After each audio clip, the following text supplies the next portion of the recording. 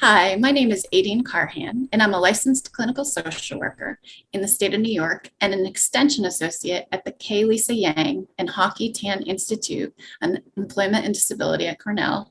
And at Cornell, I work on a variety of different projects, most of which are focused on disability and mental health and trauma-informed care.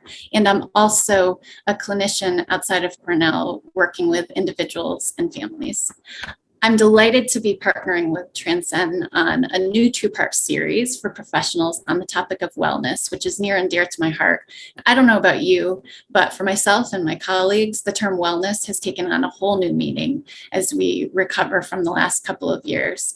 And what we've realized is that some of the things that we relied on in the past in terms of coping strategies and ways of dealing with stress, such as exercise and walks and yoga and aromatherapy, are good, but sometimes we're doing those things and we're still feeling like we're experiencing stress or sometimes anxiety or depression.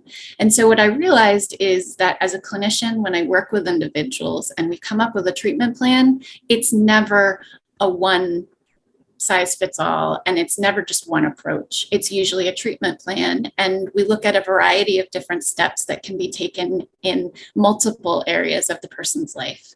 So I think it makes sense as a field to consider how, as working professionals who are working with people, how we can look at the concept of wellness more broadly. And so workshop number one is called When Candles and Yoga Aren't Enough, taking our own wellness strategies to the next level. And that will be offered on July 12th from 1 to 2:30. And it's going to focus on strategies that are connected to cognitive behavior therapy and solution-focused therapy, as well as some mindfulness strategies, and help you really look at your thinking and your view of self and how that can impact your wellness as a professional.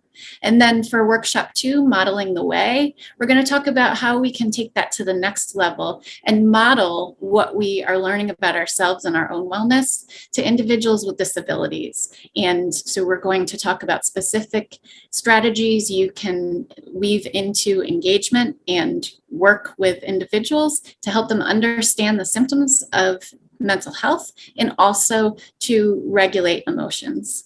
So we look forward to meeting with you and engaging with you discussions about how we can create a more wellness focused community. Thank you.